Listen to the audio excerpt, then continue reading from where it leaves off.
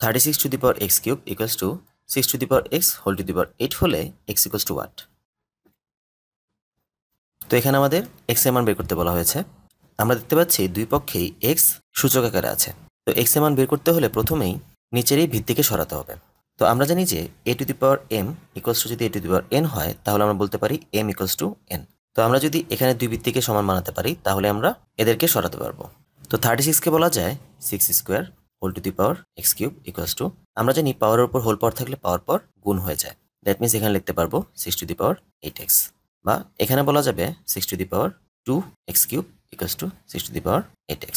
তো দুই পাশে ভিত্তি মিলে গেল, আমরা বলতে পারি 2x cube equals two 8x, 2 দিয়ে 8কে কাটলে আসবে 4, বা x cube equals two 4x, বা x cube minus 4x equals to 0। এখান থেকে আমরা যদি x কমন নিই তাহলে থাকবে x স্কোয়ার মাইনাস 4, এটিকে বলা যায় x স্কোয়ার মাইনাস 2 স্কোয়ার।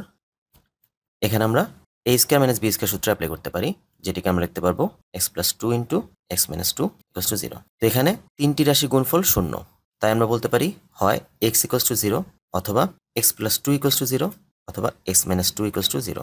এখান থেকে আমরা পাবো x ইকুয়ালস টু হচ্ছে মাইনাস 2, এখান থেকে পাবো x ইকুয়ালস টু হচ্ছে প্লাস 2। তার মানে x এর মান দাঁড়ালো তিনটি, 0, মাইনাস 2 এবং প্লাস 2। অর্থাৎ কারেক্ট অ্যান্সার হচ্ছে খ, 0, প্লাস 2, মাইনাস 2।